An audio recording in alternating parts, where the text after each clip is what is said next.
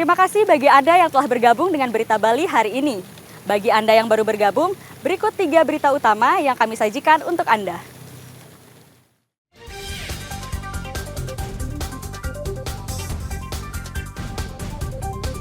Harga gula pasir di Karangasem terus naik.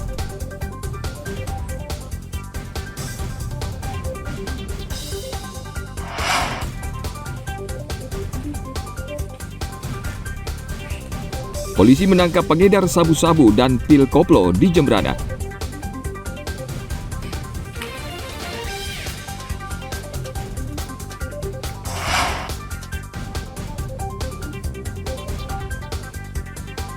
Mencoba wisata glamping di hutan desa Pelaga Petang, Badung.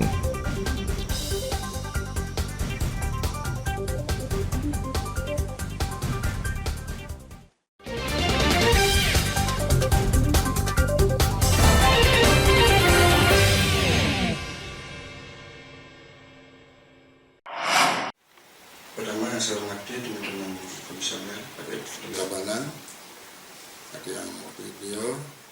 Komisi Pemilihan Umum Kabupaten Tabanan Senin lalu menetapkan 40 kursi anggota DPRD Tabanan terpilih periode 2024-2029 melalui sidang pleno serentak. Dari 40 kursi, PDIP menguasai lebih dari setengah jumlah kursi, yakni 31 kursi di DPRD Tabanan, dan sisanya diraih 3 parpol lain, yakni Partai Gerindra 4 kursi, Partai Golkar 4 kursi, dan 1 kursi untuk Partai Demokrat. Ini perlu kita sepakati, Bapak Ibu.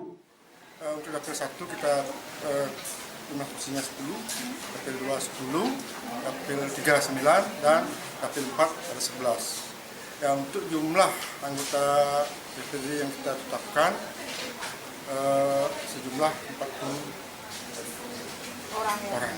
Untuk di Kabupaten Tabanan memperoleh 31 kursi, untuk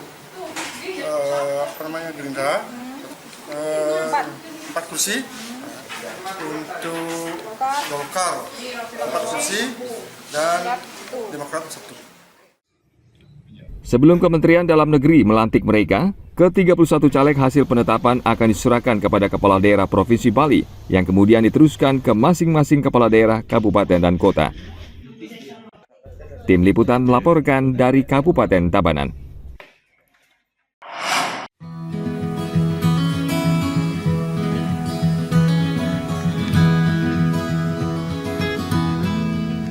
Bali memiliki banyak objek wisata yang beragam, dan pengelola wisata harus bersaing untuk menarik wisatawan agar mau berkunjung.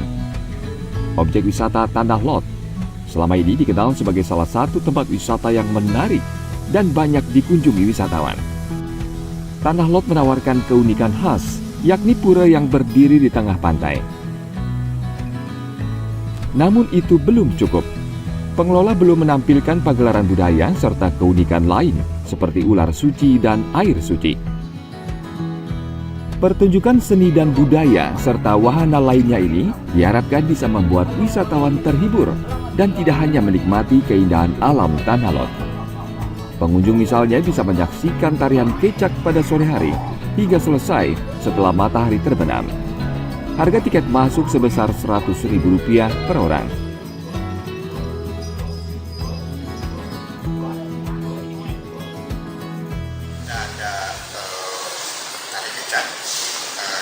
Itu mulainya jam 6.15 setelah sunset.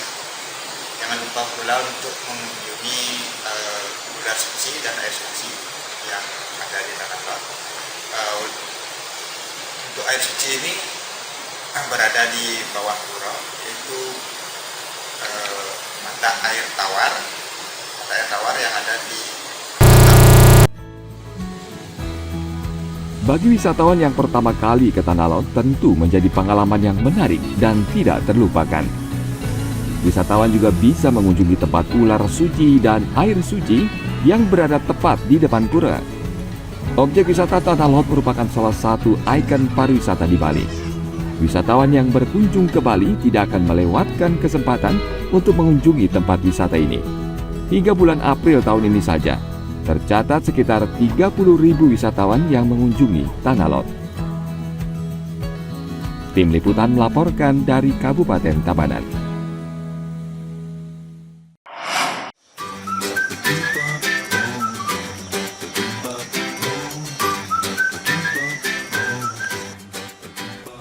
Glamping atau glamorous camping di alam bebas belakangan ini jadi primadona baru destinasi wisata di Bali. Wisatawan bisa memilih lokasi yang tepat untuk bercamping mewah di tengah alam bebas dan asri. Karena saat ini jumlahnya mulai menjamur. Anda bisa memilih glamping di pesisir pantai, pegunungan atau hutan seperti glamping di hutan Desa Plaga Petang, Badung. Di sini pengunjung bisa merasakan suasana sunyi alam terbuka karena lokasinya berada di tengah lembah yang sekelilingnya hutan. Tenda ini adalah kamar, tentu dengan konsep yang berbeda dari kamar hotel pada umumnya. Namun sudah tersedia fasilitas lengkap seperti toilet dan tempat untuk mandi. Wisatawan seperti Karin asal Belanda yang menyenangi glamping karena ia bisa menyatu dengan alam sekitar dan jauh dari hiruk-pikuk dan kebisingan kota. I think it's one of the most beautiful spots of Bali.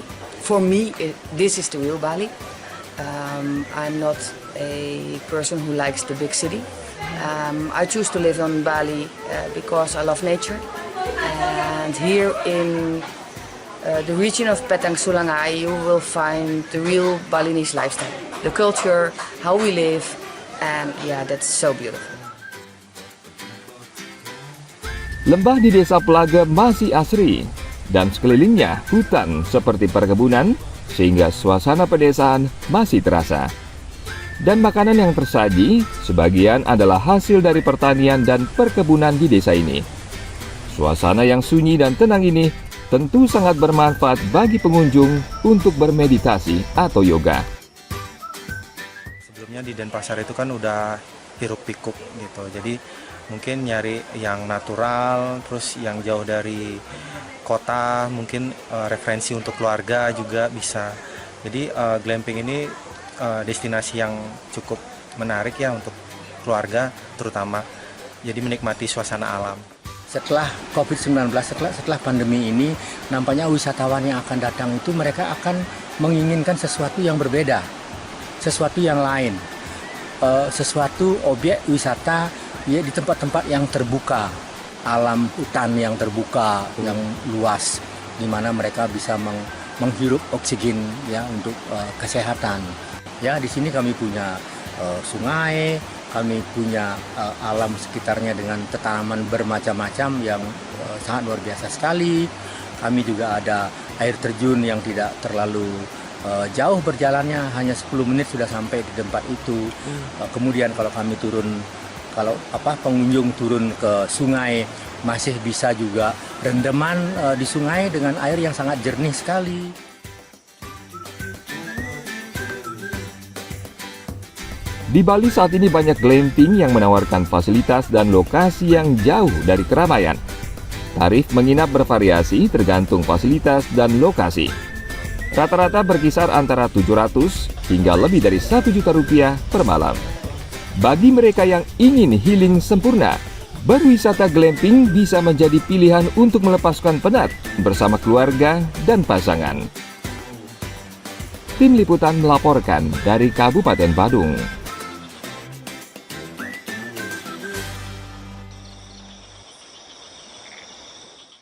Informasi tadi sekaligus mengakhiri jumpa kita pada hari ini. Atas nama rekan-rekan yang bertugas, saya Nandita Putri mengucapkan matur suksema dan sampai jumpa.